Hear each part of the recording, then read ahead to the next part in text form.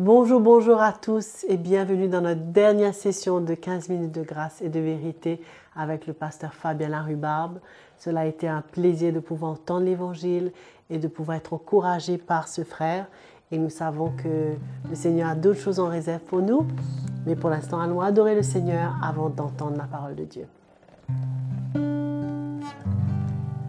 Oui, je t'adore. Jésus, oui, je t'adore. De tout mon cœur, de toute ma force, je t'aime, oui, j'aime t'adorer. Adore-toi, Jésus, adore-toi. De tout mon lesquels, de tout mon la force, moi adore-toi, au content adore-toi. Je t'adore, oui j'aime t'adorer. Je t'adore, oui j'aime t'adorer. Alléluia. Continuons à aimer, adorer Jésus et adorer dans sa présence.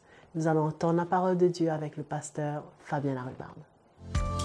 C'est avec joie que je vous retrouve, frères et sœurs, dans ce nouveau numéro de 15 minutes de grâce et de vérité. Je remercie encore une fois Joël pour ses louanges qui réellement nous édifient et nous préparent pour être à l'écoute de la parole du Seigneur. Je vous inviterai à tourner avec moi dans le livre de Hébreux au chapitre 12. Nous allons lire à partir du verset 5. Nous allons parler sur la correction du Seigneur. Et vous avez oublié l'exhortation qui vous est adressée comme à des fils. Mon fils, ne méprise pas le châtiment du Seigneur et ne perds pas courage lorsqu'il te reprend. Car le Seigneur châtie celui qu'il aime. Il frappe de la verge tous ceux qu'il reconnaît pour ses fils. Supporter le châtiment, c'est comme des fils que Dieu vous traite, car quel est le fils qu'un père ne châtie pas? Mais si vous êtes exempt du châtiment auquel tous ont part, vous êtes donc des enfants illégitimes et non des fils. D'ailleurs, puisque nos pères, selon la chair, nous ont châtiés et que nous les avons respectés, ne devons-nous pas, à plus forte raison, nous soumettre au Père des esprits pour avoir la vie? Nos pères nous châtiaient pour peu de jours, comme ils le trouvaient bon, mais Dieu nous châtie pour notre bien, afin que nous participions à sa sainteté. Il est vrai que tout châtiment semble d'abord un sujet de tristesse et non de joie, mais il produit plus tard, pour ceux qui ont été ainsi exercés, un fruit paisible de justice. C'est un sujet qui n'est pas trop abordé dans un sens dans la marche chrétienne parce que souvent on croit que la vie chrétienne c'est simplement de réclamer certaines choses avec Dieu et de pouvoir voir le Seigneur est à l'œuvre et on ne réalise pas que le Seigneur veut nous emmener dans la maturité et dans ce chemin de maturité il y a de la place aussi pour que le Seigneur nous corrige, nous éduque, nous instruit. Alors, il nous dit, mon fils, ne méprise pas le châtiment du Seigneur. Dieu a plusieurs manières pour nous attirer et nous faire comprendre qu'il a une volonté dans notre vie et il peut nous corriger, il peut nous éduquer, il peut réellement nous redresser. Parce que souvent, on peut prendre notre vie dans nos mains et croire aussi que nous sommes bien, nous sommes arrivés et que les choses vont bien. Mais le Seigneur, lui, il peut nous reprendre et attirer notre attention et nous redresser et nous arrêter. Alors, cela, il le fait parce qu'il nous aime. Il nous dit ici au verset 6, car le Seigneur châtie ceux qu'il aime, c'est-à-dire ses fils et ses filles, parce qu'il a un projet pour nous. Et il prend l'exemple des parents qui corrigent leurs enfants. Il dit, voilà, nos pères nous châtiaient pour peu de jours comme ils le trouvaient bon, mais Dieu, il nous châtie pour notre bien, afin que nous participions à sa sainteté. Quand un père corrige son enfant, c'est pour lui montrer à bien vivre, à bien se comporter, pour le préparer dans l'avenir. Mais Dieu, dans son royaume, il nous corrige pour notre bien, pour que nous participions à sa sainteté, pour que nous nous séparons de l'esprit du monde, pour que nous puissions grandir. Alors, c'est important pour nous, et de ne pas croire, puisqu'on a la foi, puisqu'on est né de nouveau, on a la faveur de Dieu, on peut faire tout ce qu'on veut, mais le Seigneur a sa manière pour conduire notre vie. Et la correction de Dieu est importante pour nous. Dieu nous corrige dans plusieurs manières. Tantôt, il vient dans une prédication, tantôt, il vient nous convaincre par l'Esprit, quelqu'un qui vient parler dans notre vie, un frère, un serviteur de Dieu, quelqu'un qui a l'esprit de l'Évangile. Alors, c'est à nous de nous humilier et de discerner quand Dieu nous corrige. Dieu peut nous arrêter aussi dans notre chemin, dans cette manière que nous faisons, notre attitude. Le Seigneur peut nous interpeller. Alors, il nous dit, supporter le châtiment, c'est comme des fils que Dieu nous traite. Car quel est le fils qu'un père ne châtie pas? Alors, il nous fait comprendre que si nous ne sommes pas corrigés, si personne ne peut parler dans notre vie de la part de Dieu et que nous ne sommes pas attentifs, nous sommes comme des enfants qui n'ont pas de père, des enfants illégitimes. Donc, ici, il nous dit, mais si vous êtes exempt du châtiment auquel tous ont part, vous êtes donc des enfants illégitimes et non des fils. Donc, tous on a part. Même l'apôtre Paul a dû être redressé par le Seigneur. Nous sommes tous comme enfants de Dieu, nous avons besoin que le Seigneur nous corrige, nous éduque, et nous devons apprendre à nous soumettre au Père des esprits pour avoir la vie. Alors, il nous parle que le châtiment, la manière que Dieu nous corrige, et ça, c'est pas agréable, parce que c'est pas tout ce que Dieu nous dit qui est agréable à notre chair. Mais cela, si nous sommes dans l'esprit, si nous voulons prendre le chemin de la croix, si nous voulons marcher dans le chemin étroit, nous aurons besoin d'accepter quand Dieu intervient. Des fois, Dieu intervient d'une manière dans notre vie, et nous, on croit que c'est le diable, on est en train de lutter contre l'ennemi, alors qu'il y a des moments où Dieu peut même fermer une porte, parce qu'il veut nous préserver. Nous voyons que quand il y a eu cette écharpe dans la chair, l'apôtre Paul n'a pas combattu contre le diable, simplement, il a voulu comprendre ce que Dieu veut, et le Seigneur lui a dit, ma grâce te suffit. Donc Dieu peut nous répondre aussi en nous disant non, et il peut fermer une porte aussi, parce qu'il nous aime. C'est comme nos enfants, si nous voulons éduquer et grandir nos enfants et les protéger, nous ne leur donnons pas tout ce qu'ils veulent comme cela, même quelque chose qui peut être dangereux.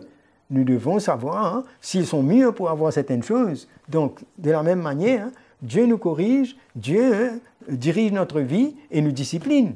Alors là, il nous dit que lui, il nous corrige pour que nous participions à sa sainteté et que des fois, les sentiments, ça paraît triste, mais quand il a fait son travail en nous, dans le verset 11, il nous dit « Il est vrai que tous sentiments sont d'abord un sujet de tristesse et non de joie, mais il produit plus tard, par ceux qui ont été ainsi exercés, un fruit paisible de justice. » C'est-à-dire, quand la correction de Dieu, nous l'avons acceptée, et nous sommes humiliés, et que nous avons reconnu que c'est Dieu qui ferme une porte, que c'est Dieu qui nous redresse, et que la repentance, et on apprend ce que le Seigneur veut nous montrer, mais plus tard, ça nous donne à porter des fruits de justice. Il y a des fruits de changement qui arrivent dans notre vie. Et là, pour faire référence à la manière que Dieu nous corrige, nous voyons dans l'Apocalypse chapitre 3, comment le Seigneur a repris l'église de Laodicée, comment ils avaient une opinion sur eux-mêmes. Regardez dans le verset 15, il dit « Je connais tes œuvres, je sais que tu es ni froid ni bouillant, puisque tu es froid ou puisses-tu être froid ou bouillant. Ainsi, parce que tu es tiède et que tu n'es ni froid ni bouillant, je te vomirai de ma bouche, parce que tu dis « Je suis riche, je me suis enrichi, je n'ai besoin de rien, et parce que tu ne sais pas que tu es malheureux, misérable, pauvre, aveugle et nu. » Alors là, dans un premier temps, on réalise que cette Église, dans quelle attitude ils étaient, et ils ne réalisent même pas, ils ne comprennent même pas leur misère. Hein. Et c'était l'orgueil, c'était vraiment un moment où ils étaient confortables dans leur manière de vivre. Et ils ont dit, mais je suis riche, je me suis enrichi, je n'ai besoin de rien. C'est une attitude réellement dans la chair, une attitude d'aveuglement. Et là, le Seigneur leur montre leur misère, hein, comment ils sont malheureux, comment ils sont pauvres, comment ils sont aveugles et nus. C'est-à-dire que là, ils ne peuvent même pas voir dans l'esprit. Hein, ils ont perdu réellement de voir hein, comment leur justice n'est pas dans celle du Seigneur, mais ils se sont justifiés eux-mêmes. Et là, nous voyons que le Seigneur leur dit au verset 18, « Je te conseille d'acheter de moi de l'or éprouvé par le feu, afin que tu deviennes riche, des vêtements blancs, afin que tu sois vêtu, et que la honte de ta nudité ne paraisse, et un collier pour oindre tes yeux, afin que tu vois. » Donc tout cela nous parle ici de la richesse du Seigneur, c'est-à-dire sa vie, sa présence, hein, devoir être vêtu de lui, de la vie de Christ, et non pas de sa propre chair, de notre volonté, notre capacité, et aussi de vouloir d'acheter un collier pour oindre les yeux, de voir dans l'esprit, parce qu'ils vivaient, cette église de Laodicée, vivent dans un état où le monde, l'esprit du monde est arrivé. Ils ne discernent même pas. Hein? Il n'y a pas réellement une attitude d'un cœur brisé, mais c'est une attitude où la chair a pris le dessus. Et là, il dit, moi, je reprends, le verset 19, je châtie tout ce que j'aime, et donc du zèle, et repens-toi. Pour se repentir, il faut que les yeux s'ouvrent, il faut qu'un cœur s'humilie et réalise son état. Et c'est pourquoi que la réprimande, la correction envers cette Église, ça nous parle réellement de l'état de l'Église, nous parle des temps de la fin, nous parle de l'apostasie, nous parle de beaucoup de déviations, comment l'homme peut se comparer à lui-même, hein, de ce qu'il a étudié, de ce qu'il a appris, de ce qu'il est capable de faire. Hein. C'était un état où il n'avait besoin de rien, mais il ne réalisait pas, il ne comprenait pas leur misère. Aujourd'hui, on peut mettre beaucoup d'emphase sur les apparences, sur ce qui est de l'extérieur, le nombre des gens qu'on peut avoir, beaucoup de choses. Mais Dieu, lui, il regarde, il ne cessera de regarder à ce qui se passe dans les cœurs et il veut parler à des cœurs. Et c'est pourquoi il dit, et donc moi je reprends et je châtie tout ce que j'aime, et donc du zèle et repens-toi. La repentance, ça nous emmène à être revêtus, ça nous emmène à réellement à voir comment Dieu lui-même veut nous équiper et nous emmène à voir clair, à voir notre état, à voir où on va et à voir la justice de Dieu lui-même en nous. Non pas notre propre justice, non pas notre capacité, non pas notre talent, nos dons et ce qu'on peut faire, mais de voir l'approbation de Dieu dans notre vie. Au fait, ce que le Seigneur voulait, c'est les emmener sous sa protection, sous sa grâce, pour pouvoir, comme des fils et des filles, bénéficier de tout ce que lui, il est pour nous. Hein? C'est pourquoi il dit, sans moi, vous ne pouvez rien faire. Tout ce que nous voulons ajouter ou faire par notre propre chair n'a aucune valeur. C'est pourquoi Dieu nous corrige pour notre bien, pour notre maturité, pour que son nom soit glorifié dans nos vies et dans l'Église.